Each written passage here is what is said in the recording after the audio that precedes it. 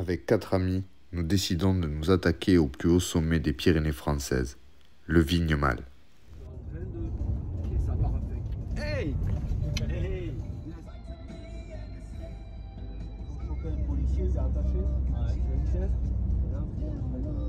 Nous sommes tous portés par une envie d'évasion, d'aventure, de challenge, de sommet. Sur le parking, une légère anxiété ainsi qu'une excitation certaine se mélangent en moi. Et voilà, tout au bout là qui se cache, notre objectif. L'idée, c'est de monter au refuge des Houlettes de Gobe, bivouaquer à côté, puis le lendemain, monter jusqu'au sommet du Vignemale et redescendre au refuge de Beyzelance ou des Houlettes de Gobe selon notre forme physique pour y établir un bivouac bien mérité. Une deuxième journée fort ambitieuse, peut-être un peu trop. Enfin, le dernier jour, nous regagnerons la voiture, puis la maison. Ça, c'était l'idée de base, mais tout ne s'est pas passé exactement comme nous l'avions imaginé.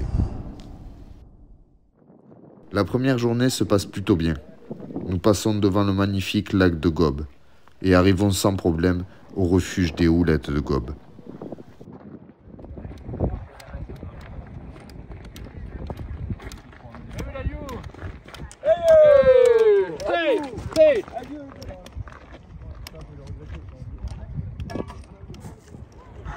Ça donne envie d'y aller.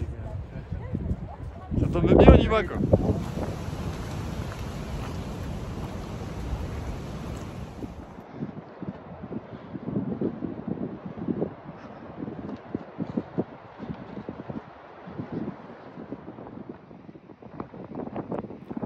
Personnellement, je sens un manque d'entraînement.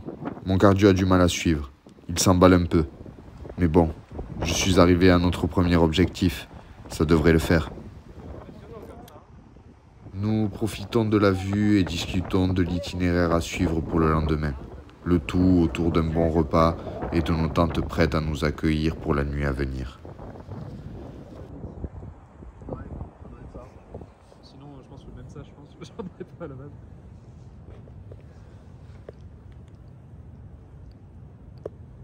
Ah, si on a un ciel dégagé, on risque d'avoir une...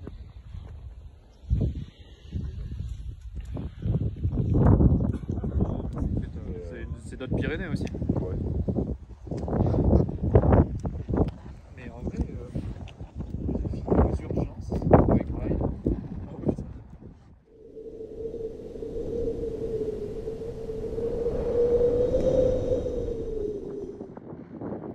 Le lendemain, rien ne se passe comme prévu. La montée matinale pour rejoindre la Hourquette d'Ossou me met complètement dans le rouge. Le souffle court, je n'arrive plus à faire descendre la machine. Arrivé au col, le petit Vignemale se dresse sur notre droite, tandis qu'en face, en contrebas, nous apercevons le refuge de Beyzelance. Je ne me sens pas bien. Un mal de tête vient s'ajouter à mon cœur qui est toujours en plein concert de rock. Je fonce, décidé à rejoindre au plus vite le refuge afin d'être en sécurité si mon corps me lâche. Je suis obligé de laisser mes compagnons ici. Je ne veux pas les ralentir, me mettre en danger. Le sommet est encore si loin. Avec une certaine émotion, je les regarde partir et disparaître dans les montagnes.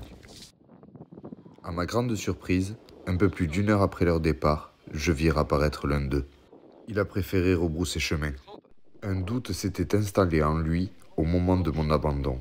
Pas après pas, il n'avait fait qu'augmenter, jusqu'à avoir raison de sa détermination. Nous passâmes de longues heures à les attendre, les imaginer sur le fameux glacier d'Ossou et enfin sur le toit des Pyrénées françaises. Les heures passèrent, une certaine inquiétude commençait à nous gagner. Puis, comme un soulagement, nous les vîmes réapparaître. La tête un peu basse, une fatigue intense se lisait sur leur visage.